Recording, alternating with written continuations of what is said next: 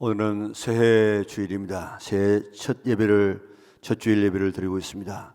새해 첫 주일 예배를 교회에서나 또한 가정에서 드리는 부사님들에게 온 성도들에게 또 가정과 하는 모든 일들 위해 2021년 내내 2021년이 다가기까지 하나님께서 복 주시고 지켜주시고 은혜와 평강 주시기를 주님의 이름으로 축원합니다.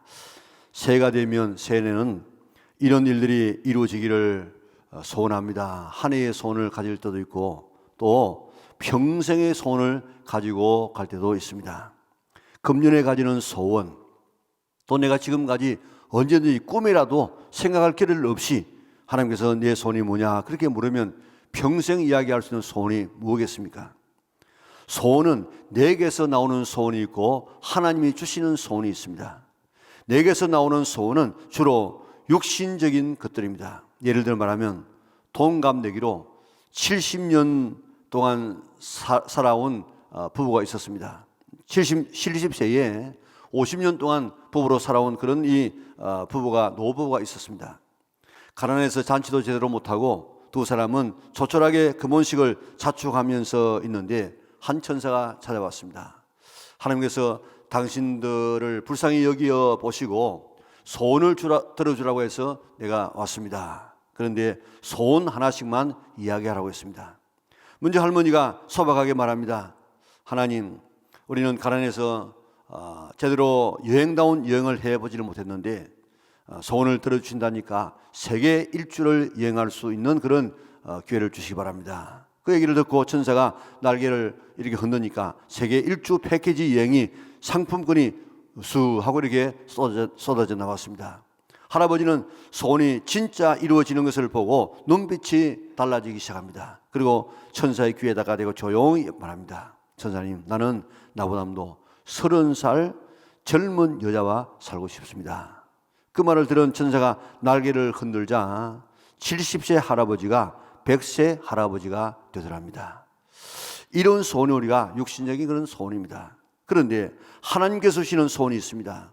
빌립보서 2장 13절에 보면 하나님은 하나님의 뜻을 이루어 가실 때 사람을 통해서 이루어 가십니다. 그런데 사람에게 소원을 주어가지고 우리 마음속에 아주 열화 같은 소원을 주셔가지고 그 소원을 이루어 주셔서 하나님의 뜻을 이루어 가시는 것이 하나님의 일이라는 것입니다. 하나님께서 주시는 소원을 마음에 품고 그대로 행하면 하나님은 그 사람을 사용하시고 하나님의 뜻을 이루어지고 하나님께서 그를 축복하시게 되는 것입니다. 하나님께서 주신 소원을 품었던 사람들이 많이 있습니다. 솔로몬이 가졌던 한 가지의 소원은 지혜입니다. 지혜. 하나님 말씀을 듣는 것입니다. 하나님은 그에게 지혜를 주셔서 성전을 짓고 위대한 나라를 만들어 가게 하셨습니다. 바울의 소원은 세계 선교입니다. 그 짧은 시간 안에 벌써 스페인까지 지금 복음이 전파되지 않습니까? 윌리엄 캐리의 소원은 인도 선교였습니다. 그래서 그를 현대 선교의 아버지라고 부릅니다. 복음 속에도 내가 원하는 한 가지, 내가 원하는 한 가지는 주님의 기쁨이 되는 것, 이게 내 한 가지 소원이다. 그리고 우리가 노래하고 있지 않습니까? 우리나라 사람들은 우리의 소원은 통일이라고, 그렇게 통일이 소원이라고 그렇게 노래해 왔습니다. 이것은 우리의 소원들일 수 있는데 오늘 본문을 보면 4절을 보세요. 다윗이 바라는 한 가지 소원이 나오고 있습니다. 다윗이 바라는 한 가지 소원은 평생에 하나님의 집에 살면서 하나님의 아름다움을 바라보고 그의 성전에서 사모하는 것이라. 공동번역에는 여호와께 청하는 단 하나의 나의 소원, 한평생 여호와의 성전에 머무는 것뿐입니다. 아침마다 그 성전에서 눈을 뜨고 여호와를 뵙는 그것만이 나의 낙입니다. 다윗의 한 가지 소원은 하나님의 성전에 머물면서 하나님 앞에 예배드리는 것, 그것이 다윗의 소원이었습니다.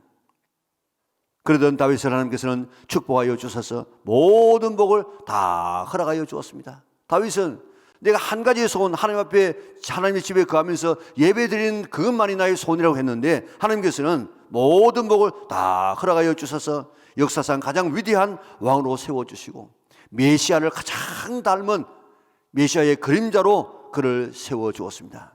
여러분에게는 평생 이야기할 수 있는, 가지는 한 가지 소원이 뭐라고 할 수 있겠습니까? 그 소원을 가질 수 있기를 바랍니다. 하나님께서 너 소원 뭐냐? 그렇게 물으면 언제든지 예 하고 생각할 것도 없이 이야기할 수 있는 성도들 되시기를 바랍니다. 다윗은 하나님의 집에 살면서 하나님의 집에서 하나님을 예배하고 만나는 것, 이것이 나의 평생 소원입니다. 그러겠는데 이런 소원들을 꼭 우리 일을 안에 한번 만들어 보시기를 바랍니다. 그러면 하나님께서 원하시는 소원을 우리가 가지고 나가면 나머지는 다 하나님께서 책임져 주시게 되는 것입니다. 오늘 이 본문을 보세요. 다윗의 형편을 보면 2절에 보면 얼마나 급박한가 하면 마치 이 맹수가 한 짐승을 잡아가지고 그것을 찢어 죽이려고 하는 이런 위기의 상황입니다. 이런 상황에서 우리 같으면 뭐 기도해야 되겠습니까? 하나님 여기서 구원하여 주시옵소서, 저 원수를 막아 주시옵소서, 물리쳐 주시옵소서, 그렇게 할 것인데, 그런 급박한 가운데서라도 다윗의 첫 번째 소원은 하나님의 집에 있는 것입니다. 우리는 하나님의 집에 있는 것을 즐거움으로 삼아야 됩니다. 왜 그렇습니까? 성전은, 예배당은 하나님의 집입니다. 하나님이 누굽니까? 우리 아버지입니다. 우리 아버지 집은 누구의 집입니까? 내 집이에요. 내가 내 집에 있는 것이 즐거움이어야 하지 남의 집에 있는 것이 즐거움이면 어떻게 되겠습니까? 예수님께서 12살 될 때에 예루살렘에 올라가셨습니다. 유대인들은 12살만 되어지면 성인으로 취급해서 이제 절기에 참여할 의무가 있는데 12살 될 때에 예루살렘에 올라가셨는데 예수님께서 거기에서 율법사들과 더불어서 하나님 말씀을 주고받고 이렇게 나누었습니다. 그런데 절기를 다 마치고 난 다음에 이제 가자 해가지고 예수님의 부모들이 내려갔어요. 당연히 예수님도 따라올 줄 알고 내려갔는데 저녁 때쯤 돼가지고 밥 먹자 하니까 이게 없는 거예요. 그래가지고 어디서 잊어버렸지 해가지고 계속해서 찾아 올라갔습니다. 3일 만에 성전에서 찾았습니다.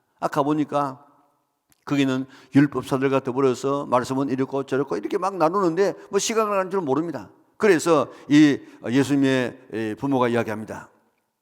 왜 여기 이렇게 하고 있느냐 하고 나무랐습니다. 그러니까 예수님께서 뭐라고 얘기했습니까? 내 아버지 집에 있어야 할 줄을 알지 못했습니까? 내 아버지 집에 있는 것이 마땅하고 즐거움인데 왜 여기 있느냐고 그렇게 나에게 나무랍니까? 그렇게 말하지 않았습니까? 사실 우리가 있어야 할 곳은 하나님의 집에 늘 있어야 됩니다. 그래서 우리는 요즘에는 뭐 핸드폰을 통해 가지고 어디 있는지를 다 이렇게 추적할 수 있지만은 이런 건 없을 때 그때 참 믿음의 사람들은 어떤 곳에 있었는가 하면 그 사람을 찾을 때 집에 찾아보고 없으면 직장에 찾아보고 직장이 없으면 교회에 찾아보면 있었다는 것입니다. 우리는 이 세 곳 가운데 우리가 늘 거해야만 우리의 신앙이 바른 신앙이 될 수 있습니다. 시편 84편에 보면은 주의 궁정에서의 한 날이 다른 곳에서의 첫날보다 나은 적 악인의 장막에 사는 것보다 내 하나님의 성전 문지기로 있는 것이 좋사오니 내 영혼이 여호와의 궁정을 사모하여 쇠약함이여. 쇠약함이 하는 이 말을 다른 분에게는 쓰러질 지경이며 또 병들 지경이며 그렇게 번역을 하고 있다고요. 코로나 때문에 교회 예배드리지 못하게 하니까 예배드리지 못하는 이것 때문에 아픔 때문에 병이 날 정도가 되어져야 된다는 것입니다. 그런데 오늘 우리가 비대면 예배해가지고 그래서 집에서 예배드리자 하면 좋아하는 사람도 얼마든지 있을 수 있습니다. 교회당은 하나님의 집입니다. 아버지의 집입니다. 그러니 내 집입니다. 교회에 앉아만 있어도 평안한 마음이 있어지고 떠나오기 싫은 장소가 바로 교회가 될 수 있기를 바랍니다. 교회당에 못 나가는 형편되면은 참새와 제비는 마음대로 떠나드는데 나는 언제면 성전에 들어갈까 하고 들어가지 못하는 것 때문에 병이 날 수 있는 마음이 아파하는 이런 온 성도들 되어져서 우리 하나님의 집에 늘 오는 즐거움을 가질 수 있기를 바랍니다. 다윗이 말하는 여호와의 집은 자기가 살고 있는 왕궁이 아닙니다. 백향목궁으로 만든 그런 집이 아닙니다. 솔로몬이 지었던 화려한 성전이 아닙니다. 지금 다윗이 있기를 바랐던 이 하나님의 집은 장막은 천막이에요. 천막. 하나님의 임재가 있는, 법궤가 있는 초라한 천막이었습니다. 거기에 하나님께서 임재하시니까 거기서 나를 만나주시겠다고 하시기 때문에 하나님이 계시는 하나님의 집에 있는 것, 그것을 가장 그런 즐거워했다는 것입니다. 하나님은 어디서나 계시지만은 그래도 예배드리는 장소, 이 교회당에서 하나님은 만나기를 원하시는 줄 믿고, 교회에 오기만 해도 기뻐지고, 교회에 앉아있으면 해도 마음이 푸근해지는, 교회 가지 않으면 마음이 그저 참 아파지는 이런 아름다운 마음을 가지고 교회를 가까이 할 수 있는 성도들 될 수 있기를 바랍니다. 다음은 성전을 좋아할 뿐만 아니라 참된 예배를 드려야 됩니다. 범죄한 인간이 하나님 앞에 나올 수 없게 되었을 때 하나님은 하나님 앞에 나올 수 있는 길을 만들어 놓았습니다. 그게 바로 제사 제도입니다. 양 잡아서, 소 잡아서, 짐승 잡아서 그 피를 들고 나가면 그 피를 그 사람의 피로 간주해 주시고, 그 사람의 죽음으로 간주해 주시고, 그리고 그 사람의 죄를 사하여 주고 만나 주었습니다. 그러나 우리들은 짐승의 피가 아닌 하나님의 아들의 피를 의지하고 나가면, 들고 나가면 하나님께서 우리의 죄를 사하여 주시고 만나 주시는 길을 마련해 놓았어요. 그래서 하나님께서는 독생자 예수 그리스도를 이 땅에 보내시고 십자가에서 피를 쏟아서 죽게 하시고, 우리는 그 피를 내 때문에 흘린 피다, 내 때문에 죽은 죽음이라는 사실을 믿고 나가게 되어지면 하나님께서는 우리의 모든 죄를 사하여 주시고 우리를 하나님의 자녀로 삼아주시고 만나 주시겠다고 약속하여 주었습니다. 그 하나님의 은혜가 너무너무 감사해서 하나님을 찬양하고 무리 숙여 절하는 것이 바로 예배입니다. 하나님께서 우리를 지으신 목적이 바로 예배. 왜 우리를 지었느냐? 하나님과 예배하기 위해서, 교제하기 위해서, 만나기 위해서, 사귀기 위해서 우리를 만드신 줄 믿으시기를 바랍니다. 왜 우리를 구원하시느냐? 예배 드리기 위해서. 모세가 하나님의 명령대로 바로에게 가서 내 백성을 보내라 그랬습니다. 하나님 말씀에 내 백성을 보내라고 했다고, 그러니까 내 백성을 보내라고 했습니다. 그때 바로가 무엇입니다? 네가 말하는 여호와가 누구지를 모르는데 네가 왜 보내겠느냐? 그때 모세가 뭐라고 이야기했습니까? 우리에게 자유가 필요합니다. 그러니까 가야 되겠습니다. 우리에게 해방이 필요합니다. 너무 일이 고됩니다. 좀 쉬어야 되겠습니다. 고향 땅이 그립습니다. 그러니까 우리가 가야 되겠습니다. 그렇게 했겠습니까? 아닙니다. 내 백성을 보내라. 우리가 광야에서 하나님께 절기를, 예배를 드리려 하노라. 왜 하나님께서 이스라엘 백성들을 애굽에서 이끌어내었느냐? 예배 드리기 위해서. 왜 우리를 죄와 사탄과 죽음과 지옥에서 건져내었느냐? 예배 드리기 위해서. 예배는 우리를 지으신 목적이요 구원의 목적인 줄 믿으시기를 바랍니다.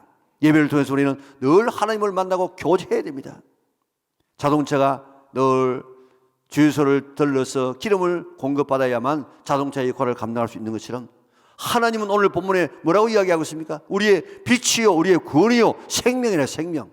이런 하나님을 우리가 늘 만나서 생명 공급받고 빛 공급받고 구원을 우리가 받아야만 우리가 하나님의 자녀의 이 자세로 우리가 살아갈 수 있기 때문에 하나님을 만나지 아니하면 우리는 지금 이 땅에 살 수 없어요. 그러므로 예배를 우리 삶의 최우선순위로 둘 수 있기를 바랍니다. 금년에 1월 달에 여러분 카렌더에 좀 읽기 어려운 한자이기 때문에 밑에다가 토를 달아놨습니다. 예배 우선입니다. 예배를 우리의 삶의 가장 우선순위에 두자는 것입니다. 2월 달에는 성경 애독입니다.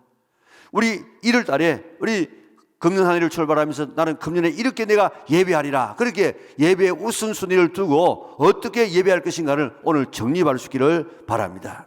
이 세상에서 다 실패해도 예배에 성공하면 성공자가 될 수가 있습니다. 이 세상에 다 성공해도 예배에 실패하면 실패하는 인생이 될 수밖에 없습니다. 우리의 인생의 성공과 실패는 예배에 달린 줄 믿고 예배에 성공하여서 꼭 우리 삶에도 성공할 수 있는 성도들 되시기를 바랍니다.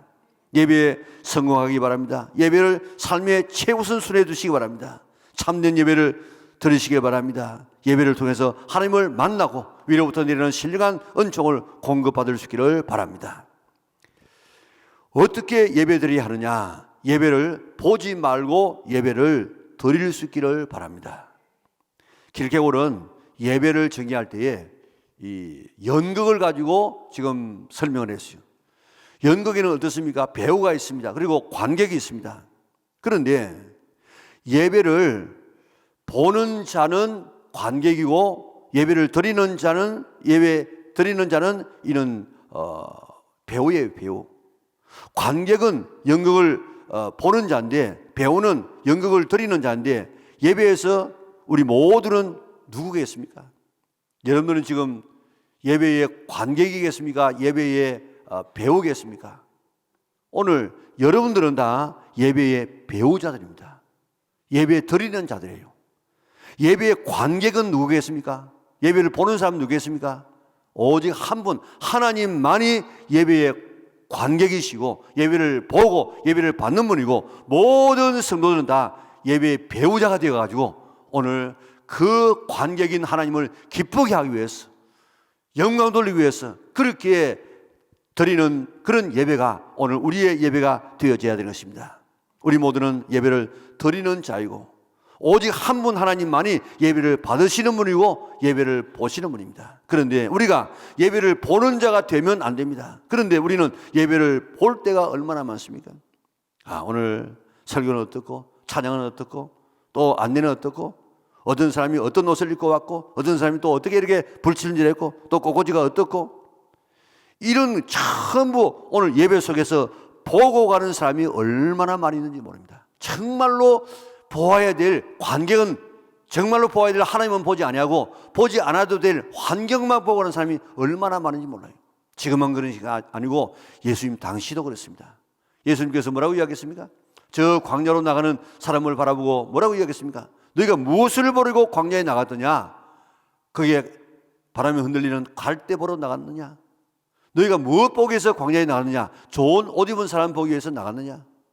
너희가 뭘 보기 위해서 나갔느냐? 선지자 보러 나갔느냐? 선지자 옳다, 선지자다, 참 최고의 선지자다. 그런데 그 선지자만 보고 오면 안 돼. 선지자가 가르치는 손이 있는데 그 손이 누구를 가르치냐? 바로 나를 가르쳐. 나를, 예수님을 가르쳐. 그러니까 나를 보고 나를 만나고 나하고 교제하고 가야만 이게 참 광야에 나가는 사람의 이 본분인데 보지 않아도 될 그런 이 옷 입은 사람들 흔들리는 갈대 이것만 보고 가느냐 탄식했는데 그때만 그런 것이 아니고 오늘도 그런 사람이 있다고. 교회 와가지고 안 만나도 될 것만 보고 가는 사람이 참 많다고요. 정말 만나야 될 하나님을 만나지 못하고 할 때가 너무너무 많습니다. 이제 예배는 보는 것이 아니고 드리는 것이다. 우리는 배우다. 관객은 오직 한 분 하나님만 계시다.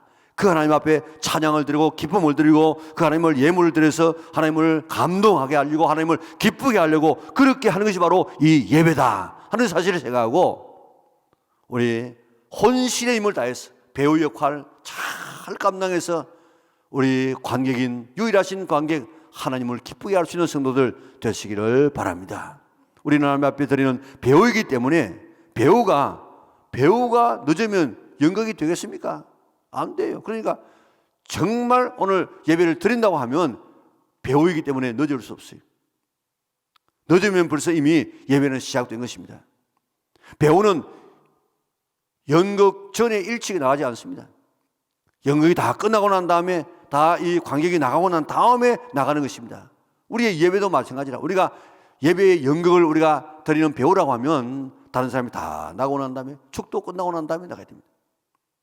배우는 졸지 않습니다. 배우가 연극하다가 졸는 거 봤습니까? 그러면 그 연극이 뭐가 되겠습니까? 관객은 졸아도 배우는 졸아서는 안 돼요. 배우는 왜 배우가 그게 배역을 합니까? 감동을 주기 위해서. 관객을 웃기기도 하고 관객을 울리기도 하고 기쁘게 하고 감동 주기 위하여서 배우는 관객을 만족시키는 일에 온 정성을 다합니다. 마찬가지로 우리가 지금 예배에 우리가 배우로서 하나님 앞에 찬송합니다. 그 찬송도 배우가 나와가지고 찬송이 자기의 역할인데 나가서 노래도 안 부르고 입만 뻐그벅하면 그게 이 되겠습니까? 최선을 다해가지고 우리가 찬송해서 크게 찬송해서 우리 관객인 하나님을 감동시키고 기도도 최선을 다해서 예물도 가장 귀한 것으로 드려서 정말 하나님을 기쁘시게 할 수 있는 그런 예배의 배우들 될 수 있기를 바랍니다.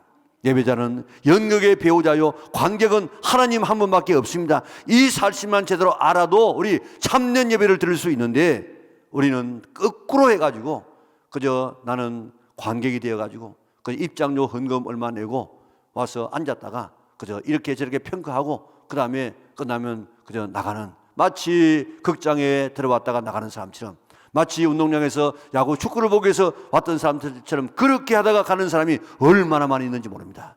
우리는 배우입니다. 관객인 하나님 한 분을 기쁘시게 하기 위해서 애쓰는 우리 배우인 줄 믿고, 우리의 배우의 역할, 때로는 찬송하고 때로는 말씀 듣고 때로는 기도하고 때로는 예물 드리는데, 이 모든 것을 다 합해서 관객인 하나님을 기쁘게 하려고 애쓰는, 감동시키려고 애쓰는 우리 영락의 온 성도들 될 수 있기를 바랍니다. 다음 예배는 예수님께서 말씀하신 것처럼 신령과 진정으로 예배를 드려야 됩니다. 신령으로 드린다 이 말은 성령 안에서 성령으로, 그런 말입니다. 그러니까 우리가 예배를 드릴 때 내 몸만 와가지고 드리는 것이 아니고 우리의 마음을 가지고 성령을 의지하고 성령의 인도를 따라서 우리가 예배를 드려야 그 예배가 참된 예배가 될 수 있습니다.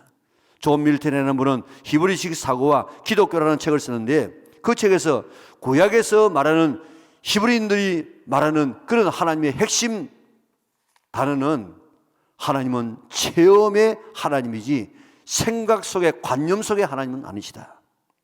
하나님은 살아계신 하나님이시다. 활동하시는 하나님이시다.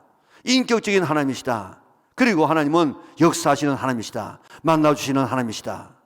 하나님은 비인격적인 하나의 힘이 아니라고 그는 강조하고 있습니다.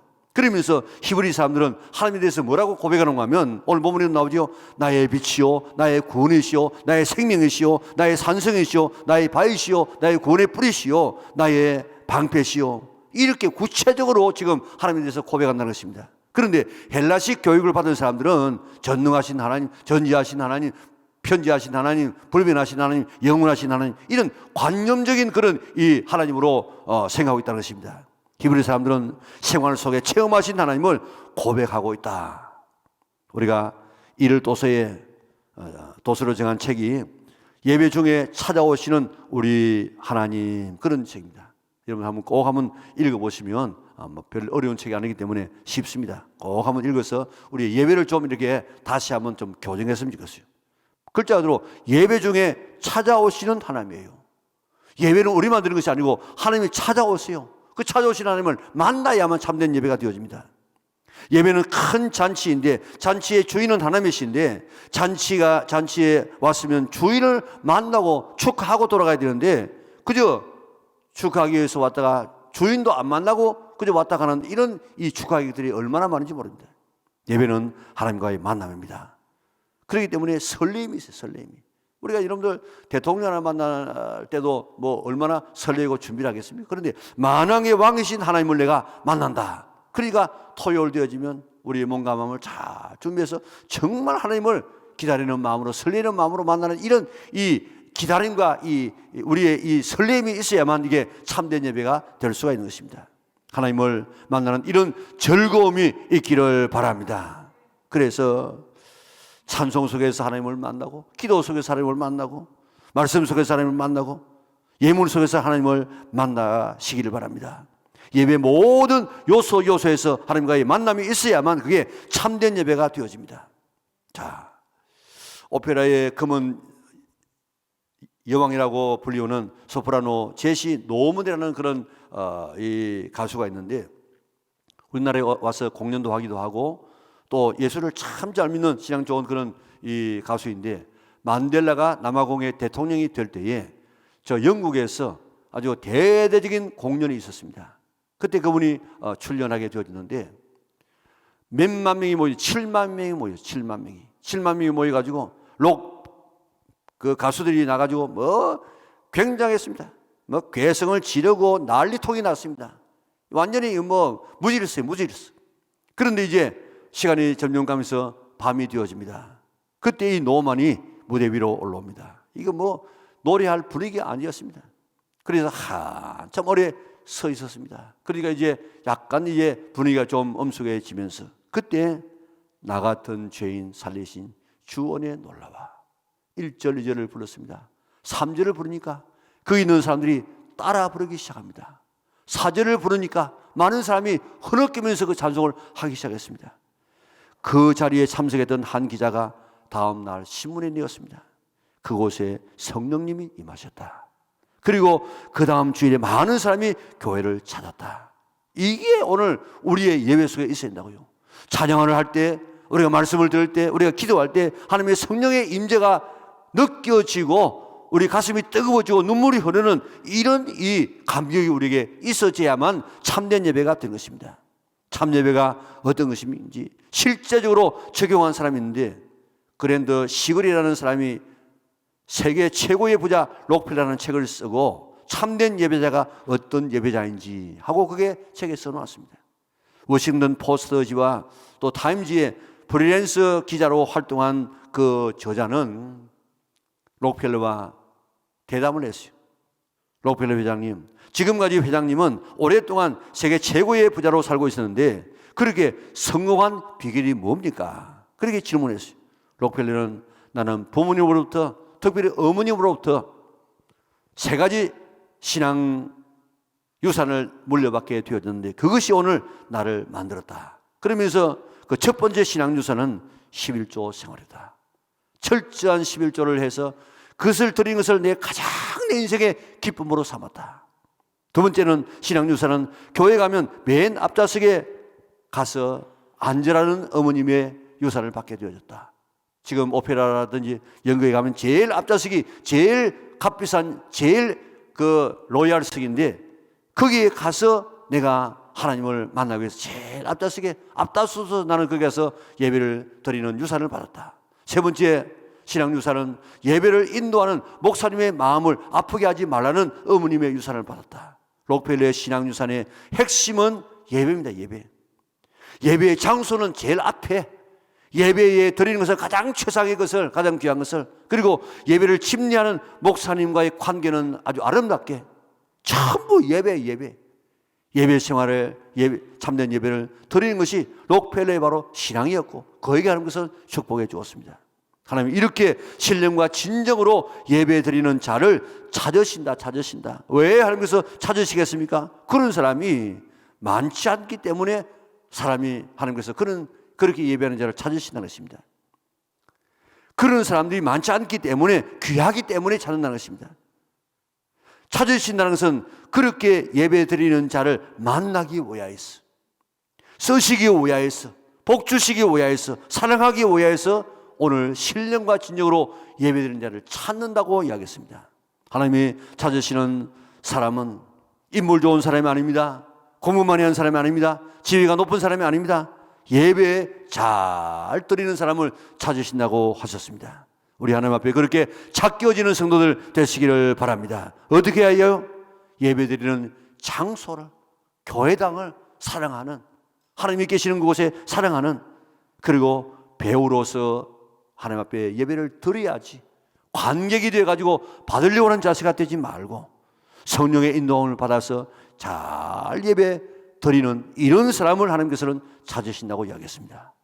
이스라엘의 역사를 보면요, 그 왕이 하나님을 잘 섬기고 예배 잘하면 작은 나라지만은 강대국을 이기고 강대국의 조공을 받았어요.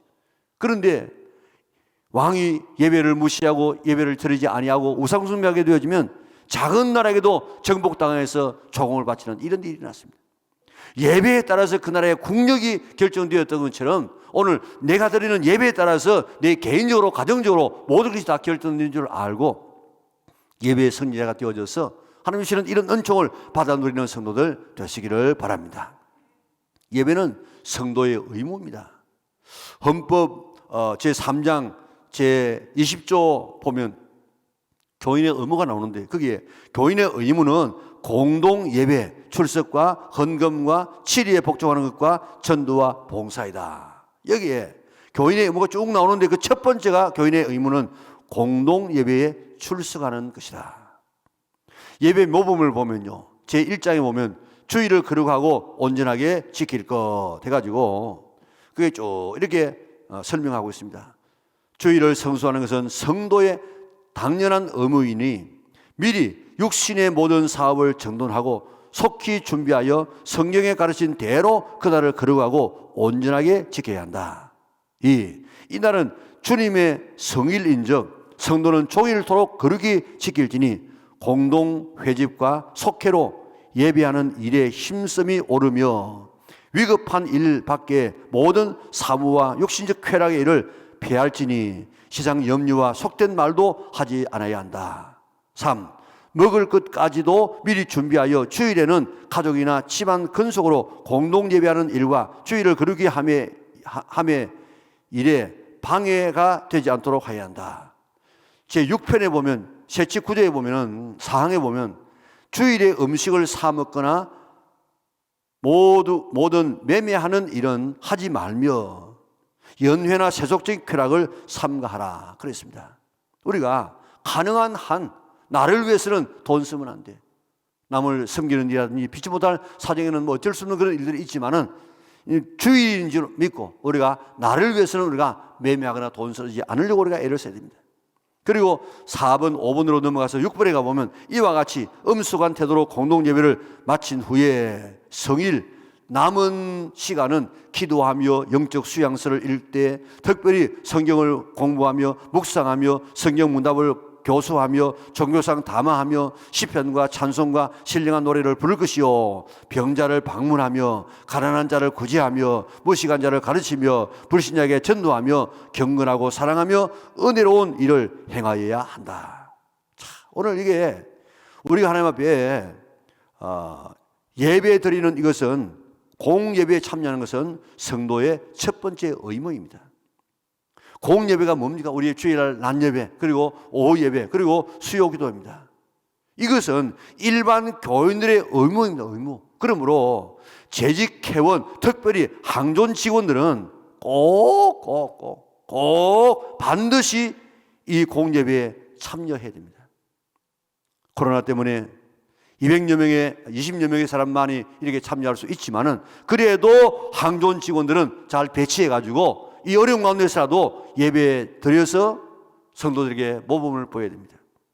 어느 장로님은 움직이는 종합병이라는 별명이 붙을 만큼 병에 많이 걸렸습니다. 당뇨병, 심장병, 병 투성이었는데 이 장로님이 어느 날 하나님께서 주시는 지혜를 깨닫고 결단해서 새벽 기도에 나가기 시작했습니다. 새벽 기도를 빠지지 않았습니다. 신앙생활을 잘 하기 시작했습니다. 하나님께서 언제 그런 병이 있었는지 모를 만큼 다 고쳐주었습니다. 건강한 사람이 되었습니다. 장로님은 예배라는 예배는 다 참석해. 그저 주일 날 예배, 그저 오후 예배, 수요 예배, 그저 우리 말하면 우리 목요 봉회, 그리고 새벽 기도에 한 번도 빠지는 일이 없어. 그렇게 성실하게 예배 참여하는 모습을 바라보았던 어느 성도님이 물었습니다. 장로님은 예배라는 예배는 다 참여하는데 어떻게 그렇게 예배에 안 빠지기로 결심했습니까? 그렇게 물으니까 장로님이 대답했습니다. 왜 내가 그렇게 예배에 참여하느냐? 첫째는 장로라는 체면 때문이고, 두 번째로는 교인들에게 본을 보여주기 위해서고, 세 번째는 목사님 걱정 끼쳐 드리지 않기 위해서다. 우리 교회의 모든 장로님들, 모든 안수입사님들, 모든 권사님들이 이런 자세로 예배 드릴 수 있기를 바랍니다. 예배는 성도의 기본이요 의무입니다. 그런데 항존 직원이 되어가지고 오후 예배에 참여하지 않으려고 하면 이는 그만두어야 됩니다. 그만두세요. 그래야만 이게 다른 사람 신앙도 살립니다. 수요 예배 우리가 바쁘게 살지 않습니까? 직장 그때 아직도 마치지 않을 사람이 있습니다.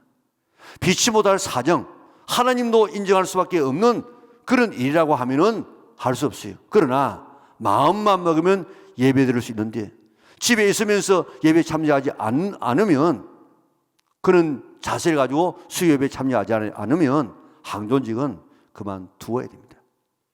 우리 이제 예수님 제대로 믿고 신앙생활 제대로 할 수 있기를 바랍니다. 신앙생활의 가장 기본은 바로 예배입니다. 예배. 나에게 한 가지 소원이 있다고 하면 무엇이라고 말할 것인가? 다윗은 자기를 맹수가 먹이감을 찢듯이 덤벼드는 그 순간에도 거기서 건져주세요, 피하게 하여 주세요, 그렇게 하는 것이 자기의 소원이 아니고 하나님의 집에 살면서 하나님에게 예배드리는 것이 나의 한 가지 소원입니다. 그러니까 하나님은 그에게 빛이 되어주시고 구원이 되어주시고 생명의 능력이 되어주셔서 구원하여 주시고 그를 숨겨주어서 위대한 하나님의 임금으로 세워주지 않았습니까? 하나님은 우리를 예배자로 창조했습니다. 예배자가 되게 하기 위해서 우리를 구원해 주었습니다. 그래서 예배하는 자를 찾으시고 만나주시고 복을 주시고 은혜를 주십니다. 어떤 자를 찾으시느냐? 예배 드리는 장소를 귀하게 여기는, 하나님께서 계시는 그곳을 즐겁게 생각하는, 그리고 예배 드린 자는 연극의 관람자가 아니고 배우자라는 사실을 깨닫고 유일하신 관람자 하나님 기쁘게 하기 위해서, 감동시키기 위해서 손도 들고 때로는 일어서기도 하고 때로는 크게 하기도 하고 어떤 일을 통해서라도 하나님을, 관객인 하나님을 기쁘시게 하려고 하는 이런 이 마음의 자세. 그리고 우리가 예배는 우리의 몸만 앉아있어서 예배가 아니기 때문에 우리의 성령의 인도함을 받아서 영적인 감동이 있는 그런 예배를 드리려고 힘쓰는 성도들 되시기를 바랍니다. 예배는 성도의 의무입니다. 예배 때, 예배에 힘써대 우리 항존 직원들이 먼저 앞장서서 금년에 모든 항존지들이 다 수요 예배까지 나와서 뜨겁게 기도하였어. 내 신앙을 회복시키고 우리 교회를 다시 회복시킬 수 있는 우리 영락의 온 성도들 될 수 있기를 바랍니다. 내게 한 가지 소원이 있다고 하면 이는 다윗의 한 가지 소원, 예배의 장소를 즐거워하고 참된 예배 드리는 것이 그의 소원이었던 것처럼 우리 이렇게 예배에서 하나님을 만나고 위로부터 는 신령한 축복을 받아서 다윗 같은 이런 축복을 받을 수 있는 우리 영락의 온 성도들 될 수 있기를 주님의 이름으로 축원합니다.